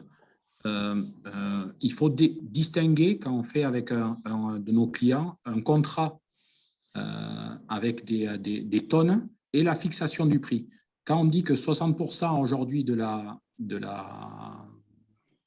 récolte prévue est vendue, c'est qu'on a des engagements de livraison, par exemple, par rapport aux débouchés français de bioéthanol. On sait que chez Euralis, sur les 800 000 tonnes qu'on collecte, on va leur vendre 150 000 tonnes de maïs. Par rapport à notre usine d'aliments, on sait qu'on va vendre 100 000 tonnes de maïs à notre usine d'aliments. En plus, on travaille donc avec des partenaires, que ce soit des distilleurs, des consommateurs de maïs Waxy, sur lesquels on a déjà fait un contrat de 100 000 tonnes pour la récolte prochaine pour du maïs Waxy. Donc, on a avec des clients défini des volumes, des modalités de fixation de prix et de primes éventuellement lorsqu'il y en a. Ça ne veut pas dire qu'on a fixé le prix du maïs, ça qui se fera plus tard dans le temps, mais par contre, on a aujourd'hui chez Euralis, pour donner juste l'exemple d'Euralis, mais c'est vrai aussi chez d'autres concurrents ou d'autres collecteurs de maïs dans le sud-ouest de la France, on a engagé sur des débouchés des volumes de façon significative déjà sur la récolte 2022. Donc ça, c'est la réponse, première partie de réponse que je peux donner. Et par rapport à l'historique, on voit que de plus en plus, on travaille avec ce qu'on appelle des contrats cadres, des contrats dans lesquels on est avec notre partenaire, on s'engage sur une quantité, sur de la qualité, sur des périodes d'exécution, et la fixation du prix, on l'a fait après. Mais ça, cette façon de procéder fait que de plus en plus, nos partenaires s'engagent tôt par rapport à leurs besoins de consommation et à la sécurisation de leur approvisionnement, parce que comme vous qui êtes consommateur, vous ne pouvez pas vous permettre d'être avec des incertitudes, notamment concernant l'approvisionnement de vos usines d'amidonnerie ou de vos usines de fabrication d'aliments du bétail. Et donc, ces contrats cadres vous permettent de vous engager avec un collecteur du Sud-Ouest de façon plus anticipée, de façon plus particulière aussi, sur une variété que vous allez travailler de façon particulière et qui va augmenter votre production et votre rendement industriel. Et donc ça, deuxième partie de réponse, c'est vrai que depuis 2 ans, depuis la récolte de 2020, on observe un engagement de plus en plus précoce des consommateurs qui veulent sécuriser leur approvisionnement en maïs français.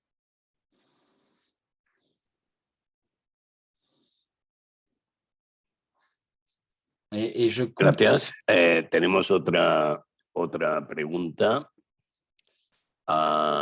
de Jordi Forés. ¿El maíz clase A recibe la clasificación de maíz ecológico bio? ¿Francia importa maíz ecológico de otros países del mundo para fabricar piensos ecológicos?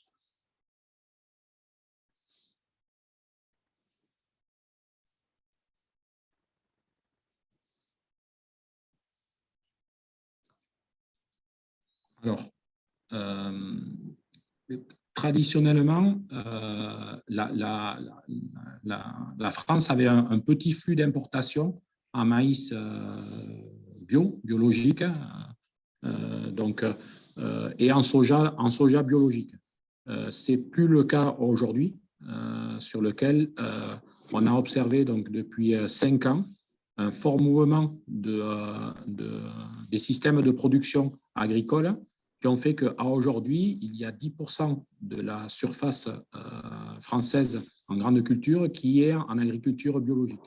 Donc, l'offre aujourd'hui en maïs biologique pour le marché français est suffisante. Donc, on n'importe plus de maïs ou peu de maïs issu de l'agriculture biologique pour nos filières tracées biologiques en France. Et c'est également le cas sur la partie soja, où il y a eu un grand mouvement de conversion de l'agriculture biologique et qui permet d'assouvir ces marchés. Derrière cette question, il faut tenir compte aussi de la hausse des prix. Ce qui va être intéressant de regarder, c'est si ceux qui se sont convertis à l'agriculture biologique il y a 4-5 ans vont rester en agriculture biologique dans les 2-3 ans à venir, surtout si on est avec des prix en conventionnel qui sont élevés. Parce que le risque, c'est que ces agriculteurs-là décident d'abandonner l'agriculture biologique pour revenir vers du conventionnel et donc diminuent l'offre en maïs et en soja biologique pour les campagnes à venir. Donc, il faut être vraiment en observation de ce point pour les campagnes à venir. Mais voilà.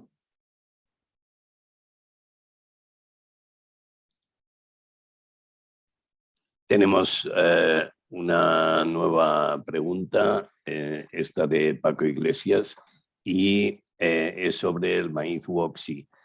¿Qué crecimiento ven en la demanda de este tipo de maíz y qué prima sobre el maíz normal se valora?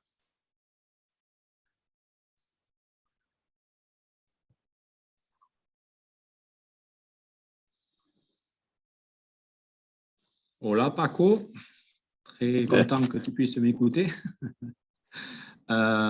Donc, le maïs Woxi, c'est un maïs donc, dans lequel il y a 3 gros consommateurs, je dirais, européens, plus quelques petits acteurs locaux habituels.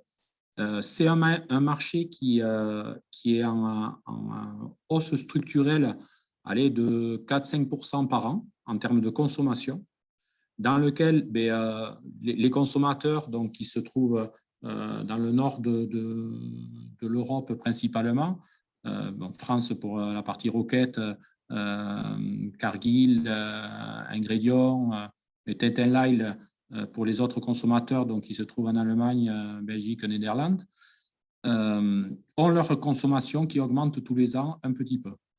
Par rapport à des débouchés, amidonneries. Ce qu'on constate, cette campagne, c'est une hausse assez spectaculaire de leur demande de mise en place de surface. C'est quelque chose qu'on n'avait pas forcément anticipé. Et on a dû s'adapter. Quand je dis on, c'est un petit peu tous les collecteurs de la zone maïs classe A, pour assouvir ses besoins de consommation supérieurs.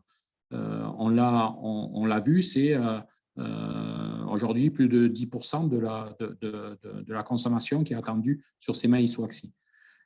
Après, dans la question de Paco, il y avait également la question du prix. Le prix de marché évolue au gré de l'offre et de la demande, mais aussi en tenant compte du niveau de prix du maïs classe A, de façon à pouvoir permettre aux agriculteurs de basculer d'une production de maïs conso classe A classique vers une production de maïs de type waxy.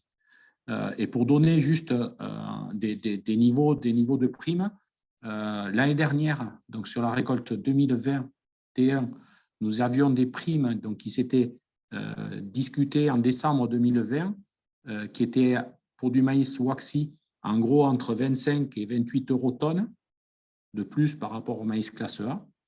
Et cette année, on est avec des primes qui sont plutôt entre 38 et 40 euros tonne. C'est-à-dire que quand on a eu à négocier avec ces consommateurs qui sont venus avec plus de volume, on a eu à tenir compte de la hausse des prix du maïs classe A pour continuer à intéresser les producteurs à faire du maïs waxy. Voilà, on a été obligé de négocier des primes en forte hausse. Et quand on parle de primes à 38-40 euros tonne, on est sur des primes qui sont historiquement hautes. Et on vient d'une situation à 25 euros tonne dans laquelle on avait une prime qui était plutôt historiquement basse. Donc, derrière ces deux constats, une prime, je dirais, normale pour un prix du maïs classe A qui serait plutôt à 200 euros, on serait avec une prime autour de 30-35 euros tonne. On a à gérer ces swings au niveau des primes entre 25 euros tonne sur la récolte 2021 et 40 euros tonne sur la récolte 2022.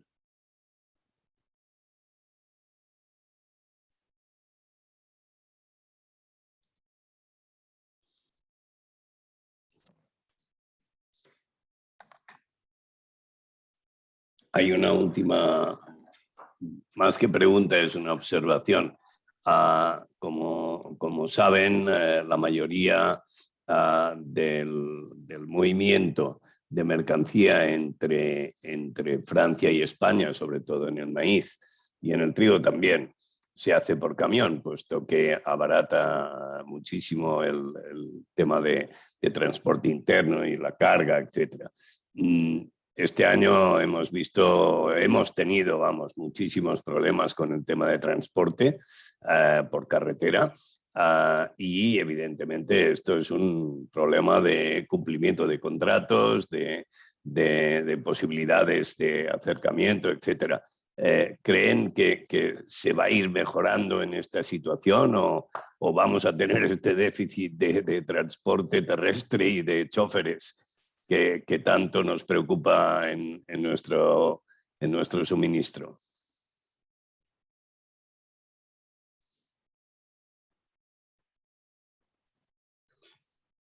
Alors, c'est vrai que c'est une difficulté et ce qu'on voit apparaître partout, c'est que la situation sanitaire avec la crise du Covid nous aide pas aujourd'hui dans la situation qu'on vit parce que on a beaucoup de transporteurs qui, pour des raisons sanitaires, manquent de personnel, ce qui engendre forcément des conséquences et des problématiques dans l'exécution de nos contrats. Et ça, je pense que c'est vrai en France, mais c'est vrai aussi dans d'autres pays. Et je pense que la pandémie qu'on vit aujourd'hui, elle est vraie pour tout le monde. On espère quand même que les choses vont se rétablir. Mais pour autant, en préambule de notre rencontre aujourd'hui, je vous ai évoqué notre changement de fonctionnement, enfin qui ne change pas grand-chose en réalité, mais de passer d'une structure qui s'appelait France Export Céréales à une interprofession qui est intercéréale. Le but, c'est pouvoir effectivement de prendre en main ces problématiques-là et que notre interprofession puisse être un vrai interlocuteur auprès des pouvoirs publics français pour porter aussi ces messages. Et c'est là toute l'évolution de cette structure-là, c'est que ça va nous permettre de porter d'autres problématiques que celles qu'on travaillait auparavant sous notre ancienne forme de structure. Donc oui, ça fait partie des choses que nous avons conscience et nous faisons effectivement, bien entendu, le maximum auprès des pouvoirs publics. Mais en tout cas, pour ce qui concerne la partie pandémie avec la crise de Covid-19, nous ne maîtrisons pas et je pense que personne ne maîtrise cette chose-là et nous sommes dépendants des prises de décision de nos pouvoirs publics. Je ne sais pas si je réponds suffisamment à la question, mais en tout cas, ça fait partie des choses qui peuvent venir en ligne de compte. Mais peut-être que si Franck souhaite compléter un petit peu sur cette partie sud-ouest. Oui, donc effectivement, comme vous l'avez dit, la tension au niveau des transports est vrai, quel que soit le moyen de transport. On l'a dit en introduction, le fret maritime a fortement augmenté. C'est témoin aussi d'une reprise économique qui est forte. Le transport routier est en difficulté, même au-delà de ces systèmes de pandémie, et ce, sur quasiment tous les pays. Lorsqu'on regarde ce qui se passe en Amérique du Sud, en Ukraine, ou plus près de nous, effectivement en France et en Espagne, on a les mêmes problématiques. Donc sur la question qui est posée, c'est presque une réponse qui se trouve dans l'État espagnol, parce que quand on a des flux de blé ou de maïs qui sont entre France et Espagne, quasiment tous nos contrats sont des contrats départ. C'est-à-dire que vous, consommateurs espagnols, c'est vous qui avez en charge l'affrètement et la mise à disposition des camions, qui sont en général des camions espagnols, qui montent sur nos silos pour venir chercher la marchandise. Et ça, on voit que cette année, c'est compliqué effectivement sur le marché français. On l'a bien vu au moment de la récolte, mais on le constate aussi sur le marché espagnol. Et les solutions aussi vous appartiennent sur la gestion des flottes et la mise à disposition des flottes qui sont en amont de vos approvisionnements. Comme il y a de plus en plus, je dirais, des contrats cadres qui sont faits entre nous vendeurs et vous acheteurs, je pense qu'il faut travailler aussi avec les compagnies de transport de façon à avoir des contrats cadres pour sécuriser la mise à disposition de camions, que ce soit pour faire du Tarragone ou que ce soit pour faire du R sur Adour ou du Toulouse en France en maïs ou en blé. Donc, on a la même problématique en France, c'est une problématique mondiale due aussi au contexte de Covid, comme vous l'avez rappelé Jean-François, mais sur lesquels la solution se trouvera pour vous qui êtes consommateur espagnol, d'abord en Espagne, je dirais.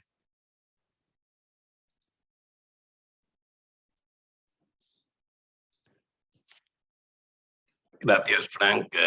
Estamos totalmente de acuerdo. Yo creo que es un problema endémico de muchos países en este momento, derivado seguramente de la situación de la pandemia. Ha hecho que muchos choferes vuelvan a sus países de origen, etcétera, y bueno, y esto lo estamos pagando entre todos. Indiscutiblemente, desde el lado español, sé que se multiplican los esfuerzos para intentar ser cumplidores con los contratos, llegar a tiempo y sobre todo dependemos del suministro, por supuesto, y es muy necesario. Gracias. Tenemos una última pregunta. Nos pregunta Xavier Montané que a qué es debido el alto nivel de micotoxinas que habitualmente o en esta campaña tienen algunos cereales franceses que ¿Se debe a una cuestión de cosecha, una cuestión de almacenamiento? No.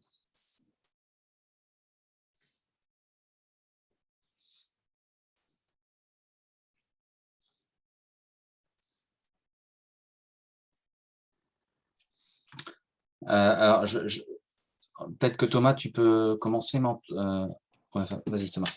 Oui, alors justement, les observatoires montrent que plutôt une bonne qualité cette année. Donc, moi, ce que j'ai exposé, c'est qu'on avait des craintes avec une récolte tardive. On sait qu'on augmente le risque. Et au final, moi, ce que j'ai pu vous présenter, c'est de montrer que, voilà, quelles que soient les mycotoxines, on a 85 à 90% de niveau très bas, et éventuellement sur certaines mycotoxines, on a des dépassements de l'ordre de 2, 3, voire 5% pour les plus graves.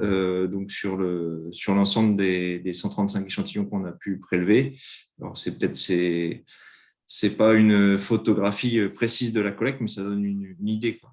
Donc ouais, cette année, il n'y a pas une dégradation marquée de la qualité comme on aurait pu éventuellement le craindre. Finalement, ça s'est plutôt bien passé, justement sur une bonne gestion logistique, un étalement un peu de la récolte, et puis une dégradation qui ne s'est pas vue comme on aurait pu le craindre.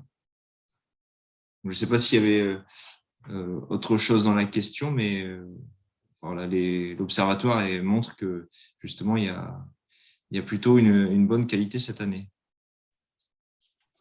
Et effectivement, ce qu'on peut craindre, et on le sait, c'est les dates de récolte qui peuvent favoriser le développement de mycotoxines. Pour autant, il y a un suivi qui est fait, et Thomas vous l'a présenté, hein. On est là aussi pour vous présenter les choses en toute transparence. Plus la récolte est tardive, plus le risque potentiel est important. Il a été maîtrisé cette année, et effectivement, Thomas nous l'évoque, hein, c'est quelques pourcents aujourd'hui qui, de façon très légère, peuvent dépasser les seuils. Pour autant, on parle toujours des quelques pourcents qui dépassent les seuils, mais ça veut dire que le reste de la collecte, et Thomas l'a dit, hein, plus de 90% ne pose pas de problème.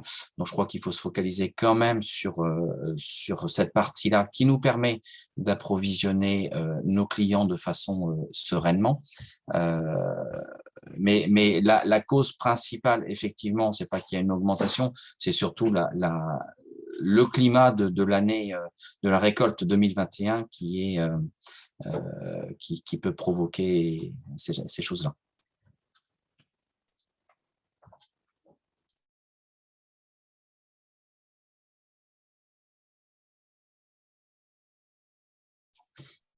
D'autres questions? Tenemos otra pregunta. Sí. ¿Cómo valoran a los compradores de almidón del norte de España, a Cataluña, Aragón, etcétera, la posición del maíz, la disponibilidad y la cercanía del maíz francés clase A y la calidad?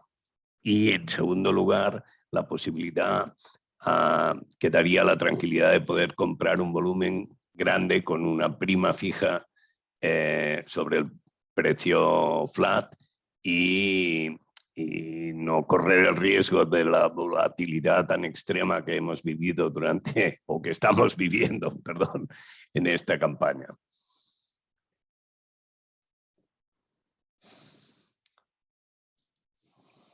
Je prends la question, si vous voulez bien, Jean-François. Plusieurs choses.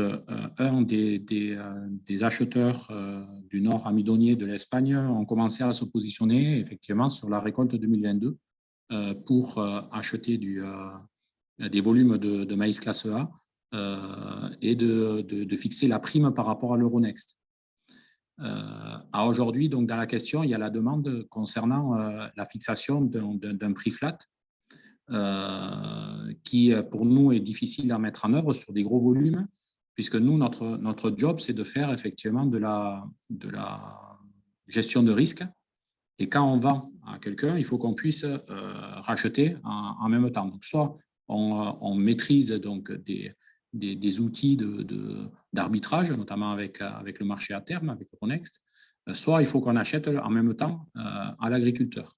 Donc, quand dans la question, il fait état de gros volumes, aujourd'hui, vendre à un prix flat sur la nouvelle récolte départ à 240 € tonne, 5000 tonnes, on peut le faire.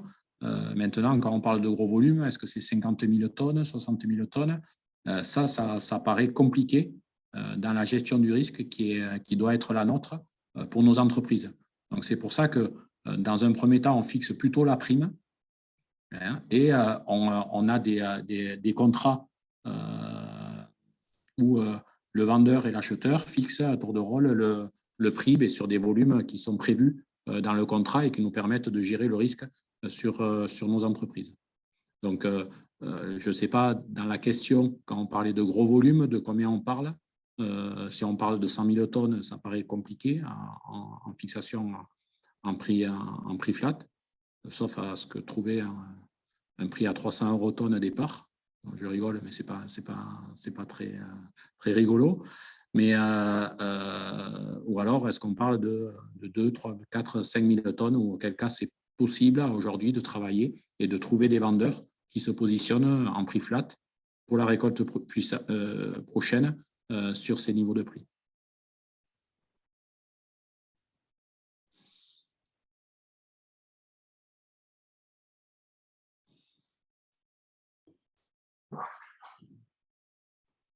Muchas gracias, Frank.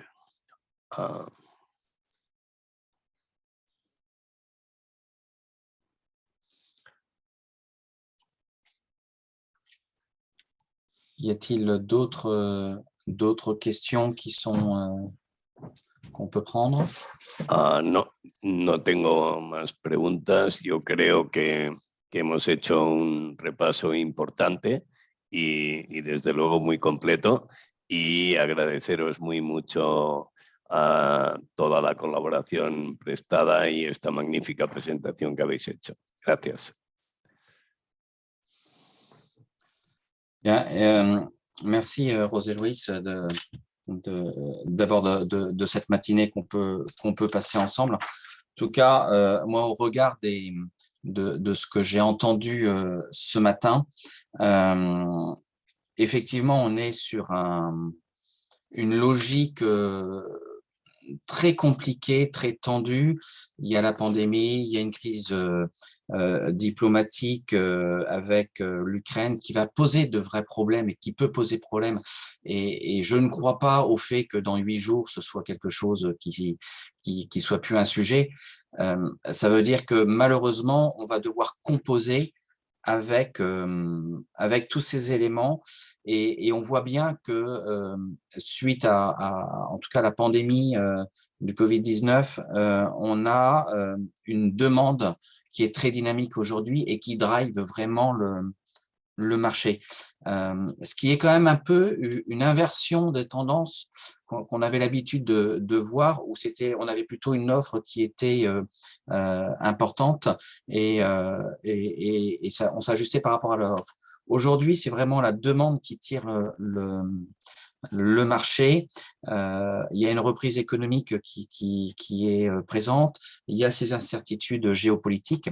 Tout ça fait qu'on est dans un contexte qui effectivement n'est pas forcément très rassurant pour l'avenir.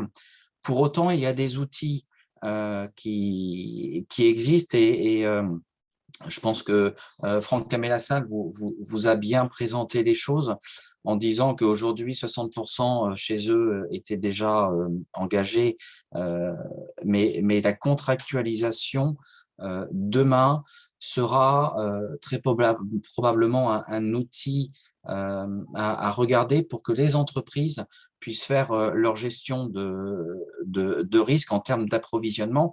Et je vous rappelle quand même que à partir du moment où le débouché est assuré pour une entreprise, pour un organisme stockeur français. Il va mettre en place auprès de ses agriculteurs la production et si on a une logique de contractualisation, eh bien, on va s'assurer de pouvoir fournir les marchés. Et ça, c'est quand même quelque chose, une tendance qui évolue aujourd'hui et qu'on voit de plus en plus monter, surtout dans un contexte très compliqué en termes d'offres parfois limitées dans nos différents pays et pays exportateurs. Rappelez quand même que dans ce qui a été présenté, Thomas vous l'a dit et Justine aussi, vous avez une présentation qui a été faite en toute transparence. On est sur une année record sur la récolte 2021, donc ça laisse quand même des perspectives qui sont assez satisfaisantes et qui laissent entrevoir pas du tout de risque pour l'approvisionnement sur la campagne 2021-2022. Mais par contre, et je pense que tout le monde l'a en tête, la campagne suivante, 2022-2023, risque d'être plus chaotique dans le sens où le contexte effectivement géopolitique va jouer, le contexte énergétique va poser problème. Ce ne sera pas trop le cas en Europe. Pour autant, on peut déjà imaginer qu'aux États-Unis, il y a quelques bruits qui courent, qu'on peut avoir des producteurs qui vont switcher d'une production de maïs sur une production de soja parce qu'ils ont la possibilité de le faire et parce qu'elle sera moins gourmande en intrants et notamment en engrais azotés pour limiter les coûts de production. Donc tout ça, c'est des questions qui vont se poser. Nous avions et j'avais moi des inquiétudes sur l'avenir concernant la nouvelle PAC qui va être mise en place en 2023 au niveau de l'Union européenne. Mais les organisations professionnelles françaises et européennes d'ailleurs ont fait le nécessaire parce qu'on avait des inquiétudes notamment sur la production de maïs avec les problématiques de rotation dans les parcelles qui étaient proposées par la Commission européenne. Aujourd'hui, les négociations ont été faites et la plupart des pays ont activé des dérogations faisant que cette évolution ne posera finalement pas de problème sur les semis de maïs notamment qui peut se pratiquer en monoculture dans le sud-ouest français mais aussi en Alsace d'ailleurs. C'était des choses qui nous inquiétaient, mais ces freins-là sont levés aujourd'hui et c'est plutôt rassurant pour nos clients aujourd'hui de savoir qu'on va pouvoir maintenir une production. Alors Thomas l'a dit aussi, vous l'avez réévoqué, hein, une baisse un peu structurelle du maïs français, mais vous voyez que globalement la production est toujours au rendez-vous. Globalement, on n'a pas d'inquiétude sur le maintien de ces productions. Qui plus est, l'évolution de la PAC pour 2023, à partir de 2023, fait que la diversité des assolements que nous devrons avoir va probablement amener à remettre du maïs chez ceux qui n'en faisaient pas ou qui avaient arrêté. Donc, on est plutôt sur des perspectives qui ne nous inquiètent pas, en tout cas, nous, représentants des filières maïs françaises. Merci à vous de votre participation. Merci, Rosé-Louise, de votre accueil et de cette belle matinée. Je vous laisse peut-être dire un petit mot de fin. Je vous remercie. Ha sido un placer y una satisfacción volver a tener la oportunidad de verles en acción, de tener esta presentación, repito, magnífica, que clarifica muy mucho la situación de la campaña francesa, que para nosotros, como decía al principio, es francamente muy importante y tenemos una dependencia grande sobre el maíz francés. Y agradecerles una vez más el interés y la buena disposición para ofrecernos esta charla. Gracias.